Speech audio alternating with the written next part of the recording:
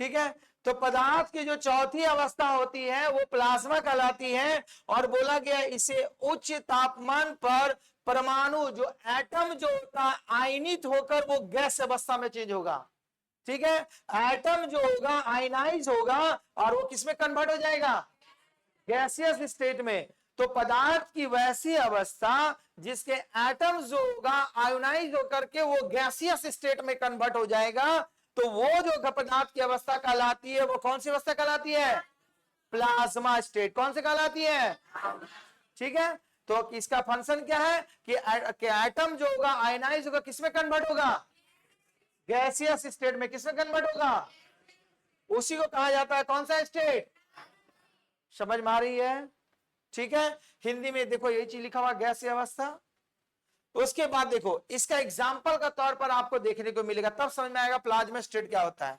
देखो इसका एग्जाम्पल है जैसे सूर्य और तारे से जो हमें लाइट मिलती है, सूर्य हुआ, तारा हुआ, ये बिजली जो कड़कता है, बिजली थंडरिंग जिसको बोलते हैं हम लोग, लाइट चमकता है ना बरसात सर्दी में, ठीक है। लाइटनिंग, नियॉन में जो नियॉन में क्या होता है, बल्ब में कौन सा गैस भरा जाता है, नियॉन गैस ही होता है ना उसमें। फिर उसके बाद फ्लोरेसेंट लाइट, फ्लोरेसेंट गैस इसमें फेरस भरा जाता है, जहां पर गैस के जो होते हैं परमाणु जो होंगे, एटम जो होते हैं, इलेक्ट्रॉन खोकर क्या करते हैं आपको, आयनाइज होता है। तो इसमें जो गैस होगा जिसका एटम जो होगा लॉस होके वो क्या होंगे, आयोनाइज होंगे, और वो किस स्टेट में कन्वर्ट हो जाते हैं, गैसियस स्टेट में। इसीलिए ये सभी जो अवस्थाएं होती है, जो सूर्य से लाइट मिलना, तारा, लाइटनिंग, तो ये सभी घटनाएं जो कहलाती है वो प्लाज्मा स्टेट में रखा गया है। कौन से स्टेट में रखा गया है, लास्ट वन देखो। बोला गया अगला जो होता है, जैसे ये एग्जाम में क्वेश्चन में पूछा जाता है, ये तो आप पकड़ लेंगे सीधा कि नियॉन बल्ब के अंदर कौन सा गैस भरा जाता है, नियॉन गैस, ठीक है। लेकिन फ्लोरेसेंट ट्यूब के अंदर में याद रखोगे कौन सा गैस होता है, हीलियम या कोई अन्य, लेकिन मुख्य रूप से कौन सा गैस भरा जाएगा। तो अगर पूछा जाए कि फ्लोरेसेंट ट्यूब में कौन सा गैस भरा जाएगा, हीलियम। नियॉन बल्ब में ये तो ऐसे बोल दोगे आपका, ठीक है। बोला गया इसमें कण जो होते हैं अति ऊर्जावान और उज्ज्वलित, मतलब ज्यादा लाइट करता है, ठीक है। और सूर्य और तारों में भी जो जो अवस्था ईंधन जो होती है किस स्टेट में पाया जाता है, प्लाज्मा स्टेट। क्योंकि सूर्य भी तो चमकता है, तो चमकता है किस वजह से, वो अपना एटॉमिक एटम को जो आयन को लॉस करता है, जिसके कारण वो क्या होता है, लाइट होता है। तो इसीलिए वो जो अवस्था कहलाती है वो कौन सी अवस्था कहलाएगी आपका, प्लाज्मा स्टेट या प्लाज्मा अवस्था। कौन सी अवस्था कहलाएगी, समझ में आ रही है। तो इसका एग्जाम्पल से अलर्ट रहोगे, क्योंकि एग्जाम्पल दे करके पूछेगा आपसे, ऐसे सीधा बोलेगा प्लान में तो बता देगा, वो किस घटना के कारण कौन सा स्टेट बन रहा है वो पूछेगा।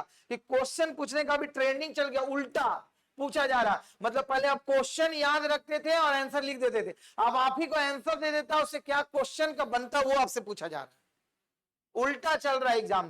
एग्जामिनर चेक कर रहा है कि बच्चे केवल रट रहे कि समझ रहे पेपर को। तो अगर समझे रहोगे तो खटाखट मार दोगे दाग, और नहीं समझे रहोगे तो जय हिंद जय भारत। साइंस का पूरा जीके का सिस्टम ही बदल गया अब है। पहले क्या आता था, स्टैटिक तरीका से जो पूछा जाता था, है रहा वही आता था, इसलिए अलर्ट मोड में रहोगे। अगला देखो, बोर्स आइंस्टीन कंडेंसेट क्या स्टेट क्या होता है, देखो नाम बोला गया है, ये जो होता है पदार्थ की पांचवी अवस्था है। कौन सी अवस्था है, तो चार अवस्था गिनाओ कौन कौन सा है, solid, liquid, gas and plasma, ठीक। और पांचवा अवस्था का नाम, आधा बच्चा बोलता आधा सुनता है, बोलो तो, ठीक है। देखो क्या बोला गया, बोला गया यह पदार्थ की अवस्था जो होता है परम ताप के निकट पाया जाता, मतलब इससे ज्यादा टेम्परेचर हो ही नहीं सकता है, तापमान के निकट पाया जाता। और इसकी खोज जो हुई थी सबसे पहले, बोला गया 1920 ईस्वी में भारतीय वैज्ञानिक जिसका नाम था सत्येंद्र नाथ बोस। कौन से साइंटिस्ट थे, बोस ने पदार्थ की पांचवी अवस्था के लिए गणनाएं की थी, लेकिन उन गणनाओं के आधार पर इंटेलिजेंट व्यक्ति था कौन, एल्बर्ट आइंस्टीन। तो एल्बर्ट आइंस्टीन ने पदार्थ की एक नवी अवस्था की भविष्यवाणी कर दी। इन्होंने खोजा, जैसे भारतीय लोग होते हैं ना, बहुत डरते हैं सब चीज में, कुछ जान लो रहेगा तो बोलेगा नहीं ठीक है, अपने में मंथन करेगा, ठीक है गलत हो सकता, वो क्या बोलेगा, मैंने सारा क्वेश्चन अपने आप हम लोग एनालाइज करते हैं, और फॉरेनर वाला पहले बोल देता है, बाद में देखा जाएगा। जैसे अभी ट्रम्प देखो झूठ पर झूठ बोलने जा रहा है, जैसे जिस दिन वो झूठ बोलता है उस दिन मार्केट का शेयर गिर जाता है, दाम घट जाता है, और जहां बोलता फिर बढ़ जाता है, और लोग कोई नहीं आता। तो इंडियन का ये ह्यूमन नेचर है, इसको छीने। तो सत्येंद्र नाथ बोस साहब ने अगर ये पहले ही एडवर्टीजमेंट जारी कर देते तो क्रेडिट इन्हीं को मिल जाता, पर तो एक खोज किए हैं, सोचा कि काम मालूम, और एल्बर्ट आइंस्टीन तेज था, वो तुरंत उठाए, अच्छा ये नया बेस्टा, बोला अब यही एक मौका है, बोल दो, नहीं बोलते वही देखो, उसने गणनाओं के आधार पर गणना की है ये स्टेट का, अब बोला गणनाओं के आधार पर एल्बर्ट आइंस्टीन ने अनाउंसमेंट कर दिया कि पदार्थ का एक 5वां अवस्था हो जाता है। तो क्रेडिट कौन ले लिया, एल्बर्ट आइंस्टीन। खोजा कौन था, सत्येंद्र नाथ बोस। तो बोले समझौता, तो बोले ठीक है समझौता कर लो, मेरा भी नाम जोड़ दो। तो इसीलिए ये 5वां स्टेट जो बन गया बोस आइंस्टीन कंडेंसेट बन गया। अगर ये रहता तो आइंस्टीन का नाम हट जाता, बोस कंडेंसेट के नाम से जाना जाता। तो इसीलिए मौका, आप लोग वही बोलते हैं, मौका मिले तो छोड़िए ने, जहां क्रेडिट मिले तुरंत बटोर दे, बाद में सोचो क्या सोच रहा है, हाँ कहा जाता है, ठीक है। और इसी को कहा गया बोस आइंस्टीन कंडेंसेट, जिसको शॉर्ट में बोला गया BEC, B for Bose, E for Einstein, C for condensate. तो ये पदार्थ की 5वीं अवस्था होती है, मतलब वैसी टेम्परेचर ताप पदार्थ की अवस्था जो मैक्सिमम टेम्परेचर पर रह सकता है, उससे ज्यादा नहीं जा पाएगा वो, लास्ट पॉइंट। तो उसी स्टेज को कहा गया बोस आइंस्टीन कंडेंसेट। समझ में आई बात, आगे देखो। इसके बाद एलिमेंट, ध्यान से समझोगे आप। बोला गया एलिमेंट तत्व क्या होता है, बोला गया यह जो होता है समान परमाणुओं से मिलकर बना होता है।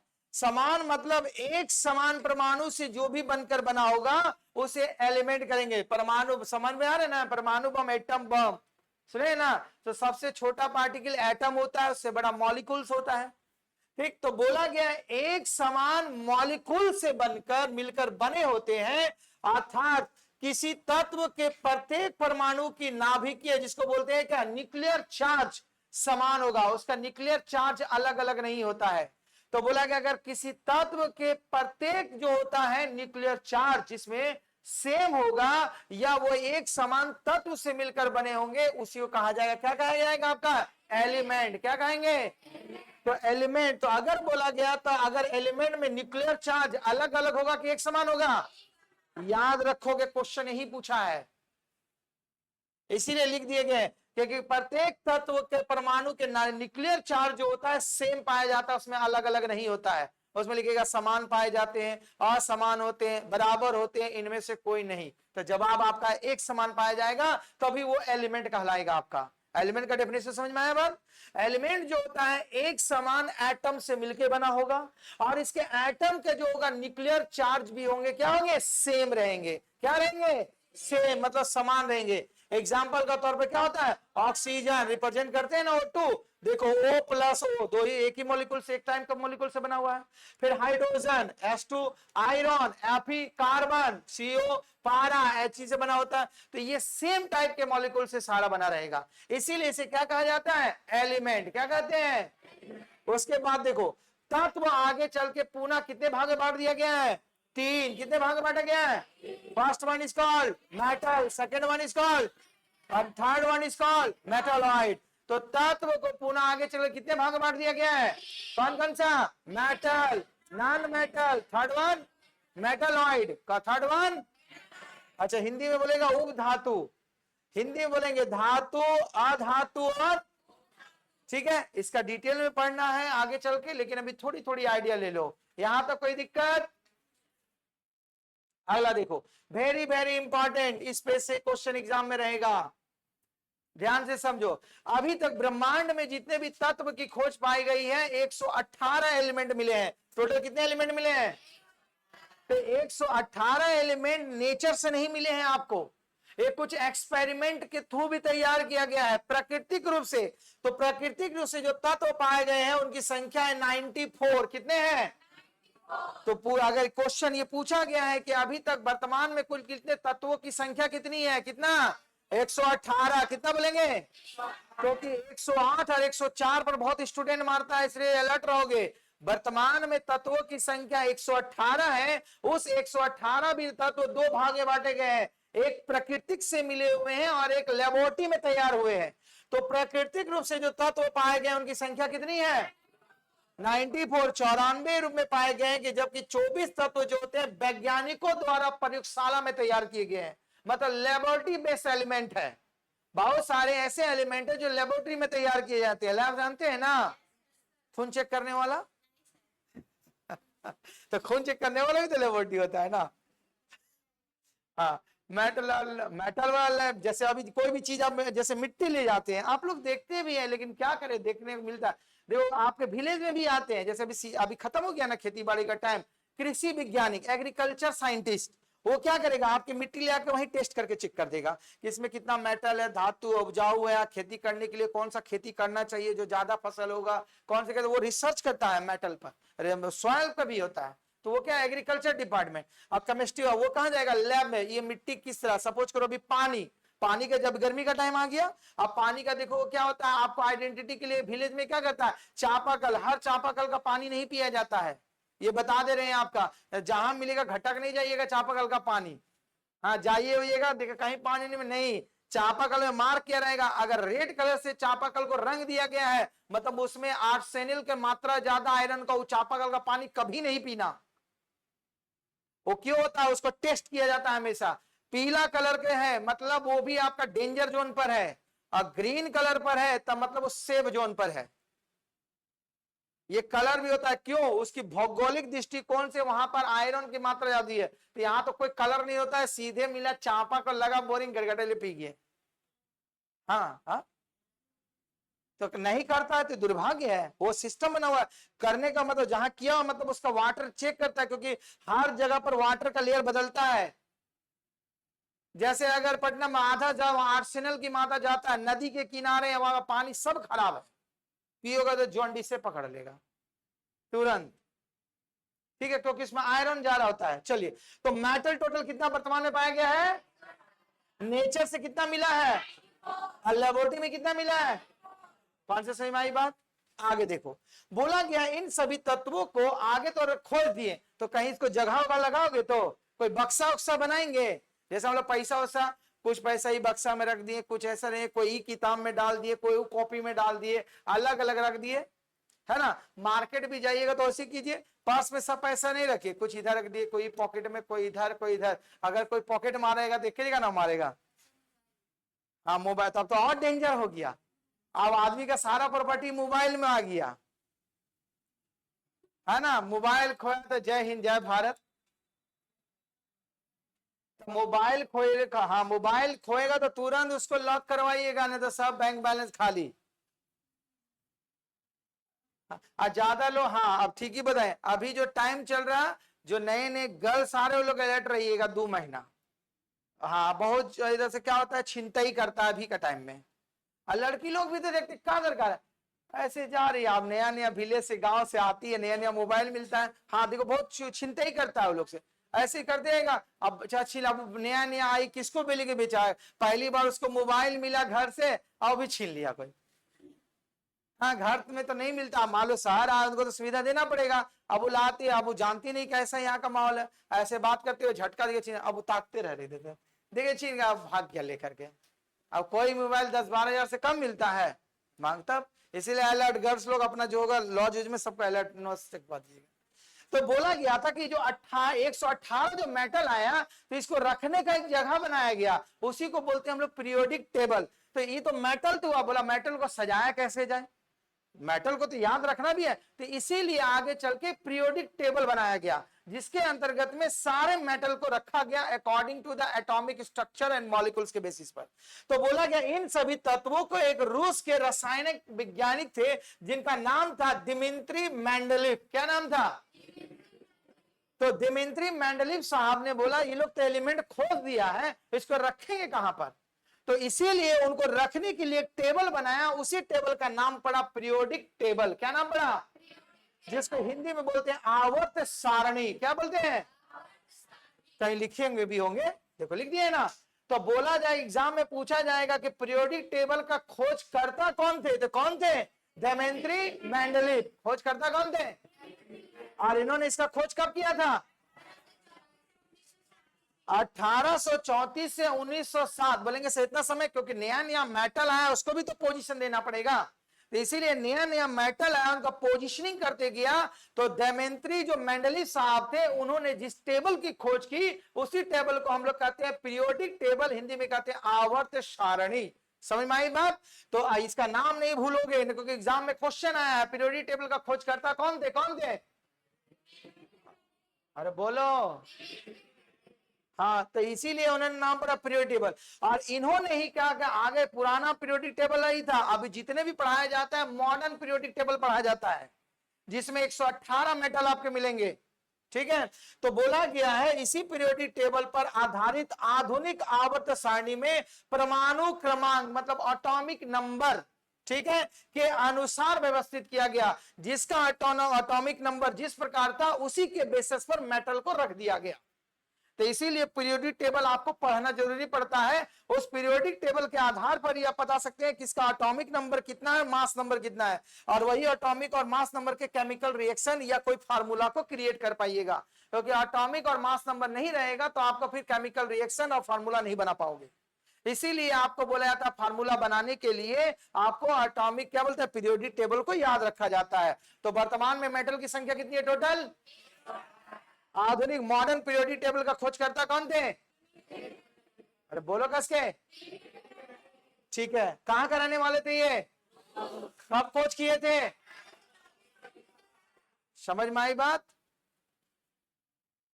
इसके बाद समझो, अभी पृथ्वी के स्ट्रक्चर्स पर जिस लेवल पर जो पाए, किसकी मात्रा सबसे ज्यादा पाई गई है?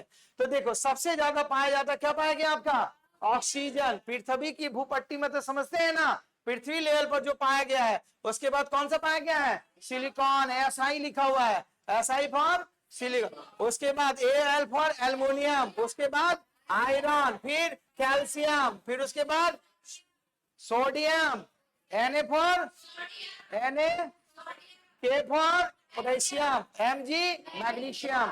तो सबसे ज्यादा पृथ्वी पर जिस तत्व जो पाए गए हैं, कौन सा पाए गए आपका?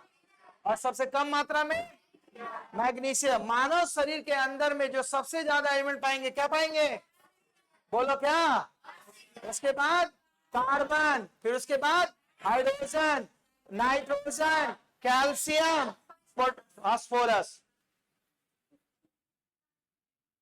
समझ में आई बात? क्या पढ़ने वाले थे? पोटेशियम। हाँ, जहरी लोग। अच्छा आ रहा है थर्ड नंबर, बस सेकेंड नंबर चैप्टर से चलेगा, सब फार्मूला आपको पढ़ना पड़ेगा। इतनी बात समझ में आई बात? ठीक है।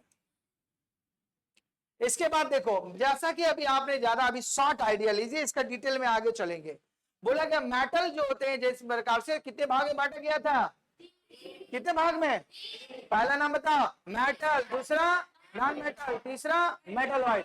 तो मेटल क्या होता है? बोला गया जिसमें धारा प्रभावित होती है। धारा मतलब समझते हैं करंट, बिजली देंगे एकदम तुरंत, यहां छुआ तुरंत मार देगा। तो जिसमें बाधा नहीं आएगी करंट में, उसी को माना गया है मेटल में रखा गया है, जिसको बोला चालक। ठीक है, एग्जाम्पल का तौर पर क्या रखा गया? लोहा और कॉपर। नॉन मेटल का ग्रुप में बोला गया है, जिसको बोला गया है कुचालक, मतलब इसे करंट का फ्लो नहीं होगा, इसमें धारा प्रभावित नहीं होती है, जैसे गैस और कार्बन। तो पेंसिल का रहता है ना, पेंसिल का क्या होता है? ग्रेफाइट होता है ना, कार्बन का नहीं है। तो जरा देखना तो स्विच में घुसा करके करंट मारता कि नहीं मारता। पेंसिल छील लेना, आज का पकड़ के उस देखना तो गीला नहीं होना चाहिए, नहीं तो पानी में डुबा करके करना। अर्थिंग लेगा 440 हट का। ठीक है, तो मतलब आपका जो होता है नॉन मेटल, उसको बोला जाता है जिसमें इलेक्ट्रिक करंट का फ्लो नहीं होगा, धारा प्रभावित नहीं होती है, उसे क्या कहा जाता है? Non metal. क्या कहा जाता है? और मेटलॉइड बोला जाता है अर्धचालक, जिसको सेमी कंडक्टर बोलते हैं। ठीक है, बोला गया इसमें बोला सीमित मात्रा में धारा प्रवाहित होती है, ठीक है, जिसे अर्धचालक कहते हैं, सेमी कंडक्टर। उसी को कहा जाता है, क्या कहा जाता है? मेटलॉइड। क्या कहा जाता है? एग्जाम्पल सिलिकॉन, जर्मेनियम, ये सभी किस ग्रुप में रखा गया है? मेटलॉइड। इसीलिए सिलिकॉन पूछा जाता है कि ये क्या है? मेटल। नॉन मेटल, मेटलॉइड पूछा भी है एग्जाम में। तो ये किसी को रखा गया है, इस कौन सा ग्रुप में? मेटलॉइड। तो मेटलॉइड मतलब उप धातु में जिसमें सीमित मात्रा में धारा का प्रवाह होगा। आज जिसमें धारा का प्रवाह नहीं होगा उसे क्या कहेंगे? Non metal. क्या कहेंगे? और जिसमें धारा का प्रवाह होगा मेटल, और जिसमें सीमित मात्रा में धारा का प्रवाह होगा मेटलॉइड। तो सिलिकॉन क्या है? जर्मेनियम। लकड़ी नॉन मेटल। लोहा मेटल। समझ में आई बात? बस यहीं तक, अगली कक्षा में आई क्लास। धन्यवाद।